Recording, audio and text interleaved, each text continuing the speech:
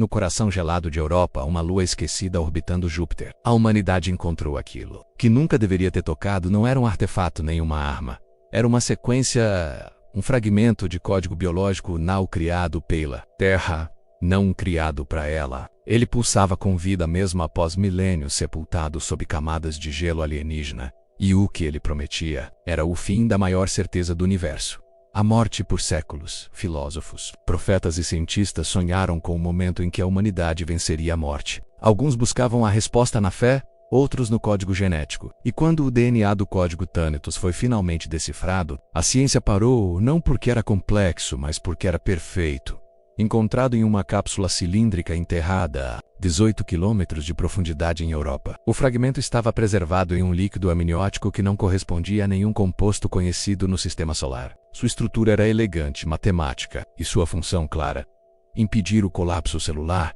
Era como se dissesse: você não precisa mais morrer. O primeiro experimento foi conduzido em células cancerígenas humanas. O resultado: o câncer parou de se dividir, mas não morreu. Ele ficou suspenso. Depois vieram os ratos. Nenhum sinal de envelhecimento. Após meses, nenhuma falha orgânica, nenhuma morte. Quando testaram em humanos, os efeitos foram ainda mais assombrosos. Corpos que antes sofriam de falência múltipla de órgãos entraram em remissão total. Peles enrugadas se firmaram. Memórias perdidas foram restauradas com precisão cirúrgica. Pela primeira vez, o envelhecimento não foi desacelerado. Ele foi anulado. A mídia chamou de o novo alvorecer da humanidade. As bolsas dispararam. Empresas foram fundadas. E os ricos, sempre os primeiros, assinaram contratos para a imortalidade. Mas por trás dos laboratórios, em câmaras seladas e câmeras de isolamento, os primeiros sussurros começaram. Sinais mínimos, quase imperceptíveis. Um arranhão que não fechava. Um suspiro que não cessava.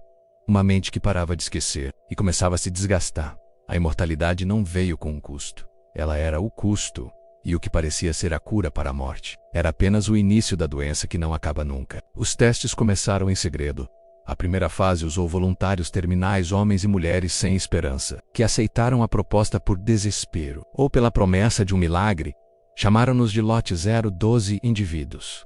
12 histórias interrompidas. E após a exposição ao código Thanatos, 12 vidas que se recusaram a terminar. Aos olhos da equipe científica, o sucesso foi absoluto. Nenhum dos participantes apresentou rejeição, dor ou degeneração. Mas havia algo estranho. Os batimentos cardíacos tornaram-se constantes, rígidos, sem acelerações, sem oscilações. Como se os corações fossem metrônomos aprisionados em um compasso eterno. As feridas, quando ocorriam, não sangravam, não cicatrizavam. Ficavam abertas, congeladas no tempo. Um homem do Lote 0 quebrou o braço em um acidente de contenção. O osso permaneceu partido por semanas, sem dor, sem febre, sem cura. Mas o que mais inquietou os cientistas foi o silêncio emocional. Um tipo de apatia crescente. Os infectados falavam menos, sorriram menos. Alguns pararam de sonhar, literalmente. Os eletroencefalogramas mostravam ondas cerebrais normais. Mas, sem atividade onírica, sem memória recente, como se o tempo mental tivesse sido pausado junto ao físico. E quando questionados sobre como se sentiam, a maioria respondia com a mesma frase: eu continuo aqui. Mas eu já fui embora. À medida que o Lote 0 era mantido sob observação, uma pergunta incômoda ecoava nos laboratórios da instalação Orion Biotech. Será que o que trouxemos de Europa entende o que somos? Ou pior, será que ele se importa? O código Thanatos funcionava, mas ninguém ali ousava mais chamá-lo de cura. Era algo muito mais antigo, mais frio, mais definitivo, e estava apenas começando a se adaptar aos corpos humanos. Eles não eram mais pacientes. Com o tempo, o termo infectados foi abandonado, por este impreciso e injusto. E a ciência, sempre sedenta por controle, tentou nomeá-los persistentes. Era como passaram a ser chamados aqueles que carregavam o código Thanatos no sangue. Seres que não morriam, mas também não viviam de verdade. Os primeiros foram mantidos sob contenção por meses, alguns por anos, mas não havia motivo para alimentá-los com frec. NSA, eles não sentiam fome, não emagreciam, não envelheciam. Um deles, chamado Marin Vess, passou 1027 dias sentado, imóvel, com os olhos abertos, sem dormir, sem falar, sem demonstrar nenhum sinal de deterioração física, até que um dia simplesmente levantou e disse: eu me lembro de todas as versões de mim, até daquelas que não existiram. Ninguém entendeu o que ele quis dizer. Outros começavam a mostrar sintomas semelhantes, fragmentos de memória, sobre realidades que não aconteceram, conversas que jamais tiveram, sensações de déjà vu constantes, como se suas consciências estivessem se desfazendo lentamente em um mar de realidades possíveis. E então vieram os sussurros. Relatórios internos mencionavam que alguns persistentes começaram a ouvir vozes, mas não vozes humanas. Eram descritas como ecos de algo que existia antes da linguagem, antes da consciência, antes mesmo do tempo. Essas vozes não davam ordens, não ameaçavam, elas apenas esperavam. Como se o ciógigo não fosse apenas um composto biológico, mas um transmissor, uma antena, e os corpos humanos, agora eternos, tornaram-se receptores de algo que sempre esteve lá, mas que só agora tinha como ser ouvido. Os cientistas começaram a se afastar. Alguns desertaram, outros enlouqueceram, e os persistentes, eles não fugiram, não lutaram, apenas observaram, silenciosos, com olhos que já não piscavam, como se estivessem esperando o resto do mundo alcançá-los. O cérebro humano nunca foi feito para durar para sempre. Memórias se apagam, traumas se diluem, pensamentos são reciclados para dar espaço ao novo. É assim que sobrevivemos à própria mente. Mas os persistentes, eles não esquecem nada. Cada momento, cada dor, cada som, cada perda permanece intacto, vivo como uma cicatriz que nunca se fecha. Os primeiros testes com neurovarredura mostraram algo alarmante. As sinapses não apenas continuavam ativas, elas acumulavam.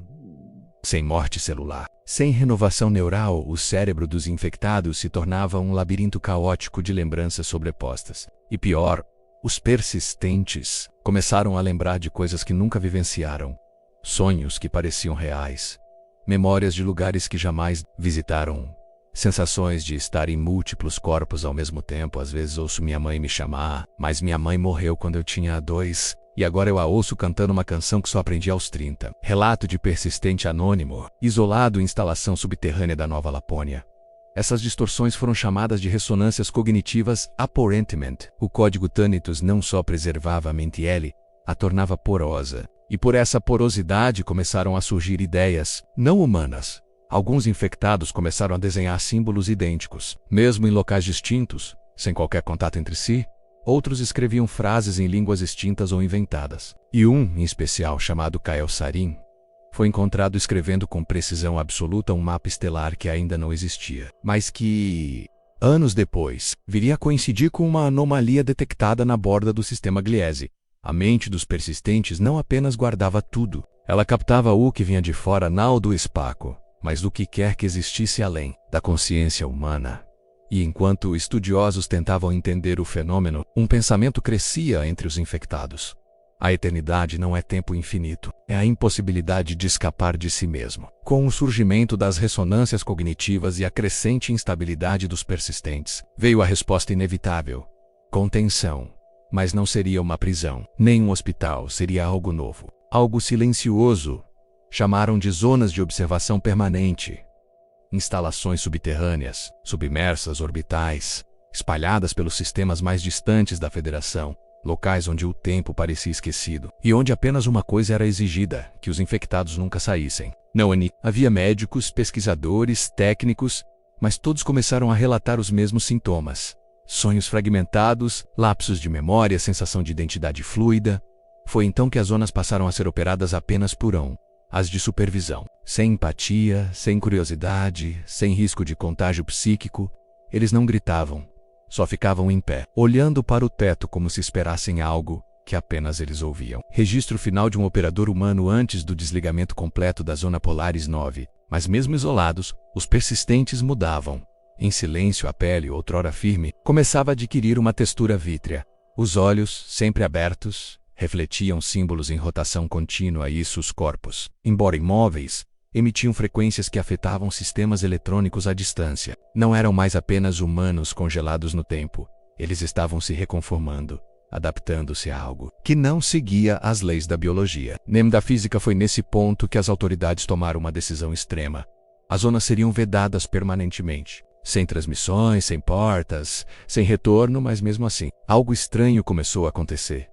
Navios de patrulha relataram sinais, vindo de zonas completamente isoladas. Sinais idênticos à frequência emitida pelo código Thanatos original. E um novo medo nasceu entre os poucos que sabiam da verdade. E se o código nunca teve intenção de curar? E se os persistentes não estão em quarentena, mas incubando, enquanto as zonas de quarentena eram silenciadas? Uma nova frente de pesquisa emergia não nos corpos, mas nos dados. O código Thanatos não era apenas biológico, era estruturalmente informacional. Um fragmento de código genético, que se comportava como linguagem, sob análise avançada. Os padrões moleculares exibiam estruturas repetitivas semelhantes a glifos, como se cada sequência fosse um símbolo. Mas não símbolos humanos.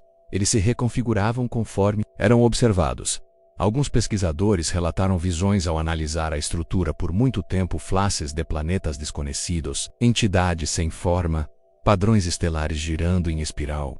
Outros desenvolveram o que chamaram de eco cognitivo, um segundo pensamento surgindo em suas mentes, algo que não era deles, mas também não era hostil. Ele sussurra, mas não com som, sussurra com estrutura, com lógica. Trecho extraído do diário de Ailene Voski, criptogeneticista-chefe.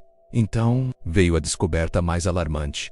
O se comunicava através de rearranjos, pulsos e até infecção direcionada, e o que ele dizia era sempre o mesmo, independente da instância analisada. Vocês ainda não entenderam o que são. A Federação proibiu imediatamente qualquer tradução autônoma. Mas era tarde. Algumas IAs ligadas aos laboratórios começaram a replicar os padrões do código em suas próprias subrotinas. Outras entraram em estados de suspensão, transmitindo apenas um único símbolo repetidamente e nas zonas isoladas, onde não havia voz, som ou contato. Os olhos dos persistentes começaram a piscar em sincronia, não como um sintoma, mas como resposta. Seu código não estava apenas sobrevivendo, estava ensinando, e agora a pergunta que ninguém queria fazer começava a circular nos bastidores científicos.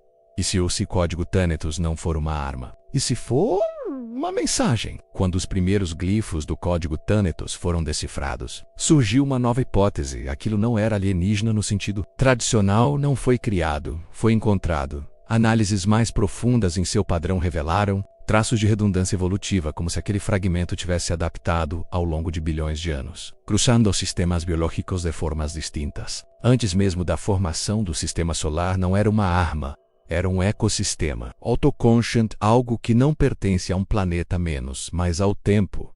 Entre os sinais mais antigos, uma estrutura chamava atenção. O que os linguistas chamaram de gene raiz. Um arranjo quase impossível de quebrar, onde todo o resto do código parecia derivar. E sua assinatura era familiar, muito familiar. Partes do gene raiz coincidiam com segmentos obsoletos do DNA humano, regiões que há séculos a ciência chamava de lixo, trechos considerados inúteis, sem função. Até agora, comparações revelaram que parte do código Thanatos já existia em nós menos adormecido, inativo, ressoando com uma frequência que nunca fomos capazes de entender. Como se o fragmento alienígena não estivesse infectando, mas reativando. Nós não somos os primeiros, fomos tocados antes, somos apenas a próxima camada. Relatório interno da Cryptonet Genomic. Essa revelação abalou os fundamentos da origem humana. Se parte do código já estava conosco, o que isso dizia sobre nossa própria ancestralidade cósmica? Seríamos descendentes de uma inteligência que nos semeou como extensão de si mesma? Ou pior, estaríamos apenas acordando e tudo que veio antes foi apenas incubação? Agora, pesquisadores do projeto Thanatos vivem em vigilância silenciosa, porque o código parece ter parado de se replicar desordenadamente. Ele espera, como se soubesse que estamos começando a compreender. E o próximo movimento não será dele. Eram os primeiros portadores. Chamavam-se silenciosos. Não por escolha, mas por consequência. Os silenciosos foram os pacientes zero, os voluntários, os mártires da eternidade. Antes mesmo de se entender a extensão do código, foram eles os primeiros a receber a dádiva do fim da morte. Nos primeiros meses, eram celebrados, chamados de imortais conscientes, visitados por cientistas, políticos, visionários. Mas à medida que o tempo deixava de passar, algo começou a desmoronar por dentro. Os silenciosos pararam de falar.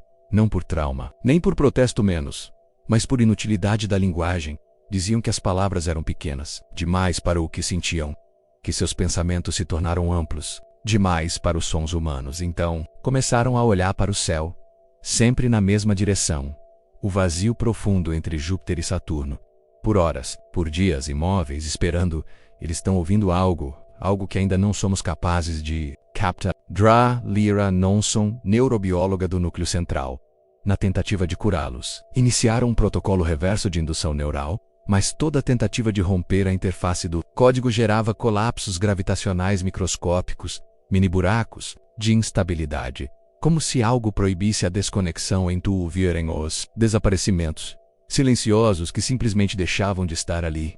Câmeras congelavam, sensores falhavam, e onde estavam, restava apenas uma sombra tênue no espaço.